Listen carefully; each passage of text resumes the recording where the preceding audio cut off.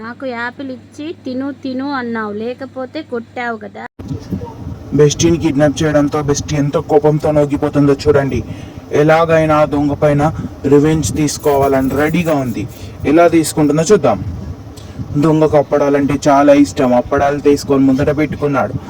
అదే సమయంలో వాడు ఆనందంతో ఉన్నప్పుడే వాడికి ఒక అనుకోకుండా ఫోన్ కాల్ వస్తుంది. ఆ ఫోన్ కాల్ వచ్చిందని లేసే వరకు బెస్టీ చాకచక్యంతో తొందరగా వచ్చి ఆ అప్పడాలని దాచిపెట్టే ప్లాన్లో ఉంది. చూడండి ఎలా దాచిపెడుతుందో అప్పడాలని.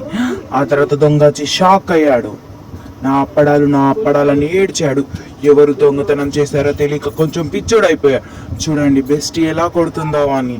దాంతో వాడు పూర్తిగా బెస్టీ కొట్టిన దెబ్బలకు పిచ్చోడయ్యాడు. దానితో పిచ్చాసుపత్రిలో అడ్మిషన్ తీసుకున్నాడు వాని కోసం.